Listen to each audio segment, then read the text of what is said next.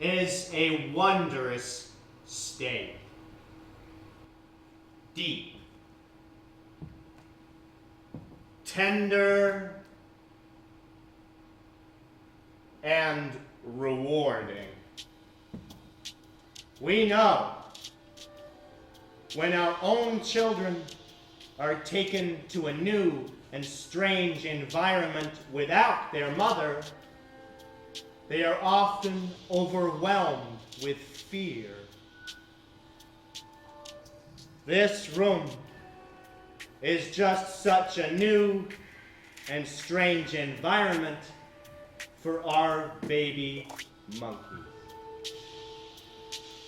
And now suppose that instead of an environment that is merely strange, we produce one that is really frightening. Are you telling us, Dr. Harlow, that there is something special about monkeys? Well, yes. Just look at their faces. They have a world of intelligence just waiting to be uncovered, just like humans. Monkeys can tell us a lot about the way that we are. No, they just have to be tested. Apathetic Annie was complacent and serene, though suffering from paresis, consumption, and gangrene. But Annie did not really care, though life was nearly gone, for Annie had a tumor in the diencephalon. You see, science doesn't have to be dull.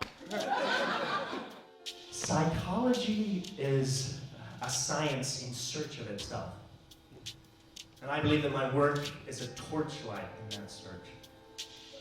We are catching up to where our nature has instinctively led us. Why is it taking us scientists so long to understand what we already know in our own hearts? Don't you want to hold your child when it's born? Don't do it when it cries. Guide it when it's lost? Of course. This is about solitariness, about solitary confinement, about going so far into yourself, so within, that the without ceases to exist.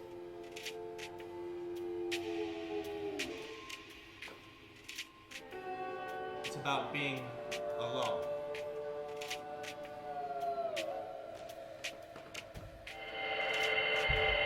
Life is a slow burial, and I want to understand it.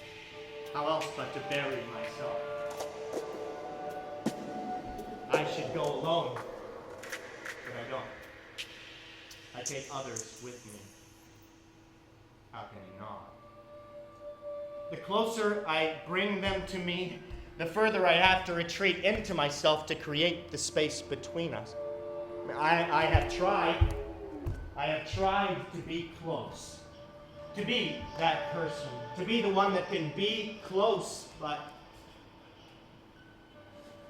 I have no cloth mother here. I am not a monkey.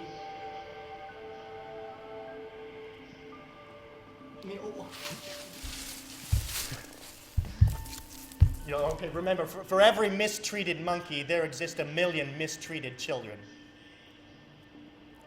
If my work will point this out and save only 1 million human children, I really can't get overly concerned about a couple of monkeys.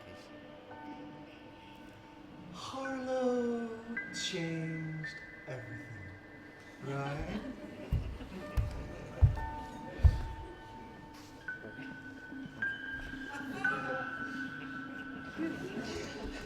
He gave us the most extraordinary gift. He taught us, unwilling as we were to hear it, that love was important, that love mattered. That it was the love and the touch that I gave my baby that was responsible for its development, not just my milk.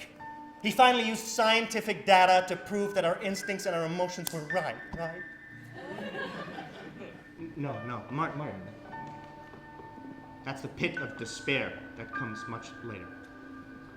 Oh, at school today, Daddy, we went to the zoo, and I wanted to show everyone around the monkey house, and I said that my daddy knew more about monkeys than anyone in the whole world.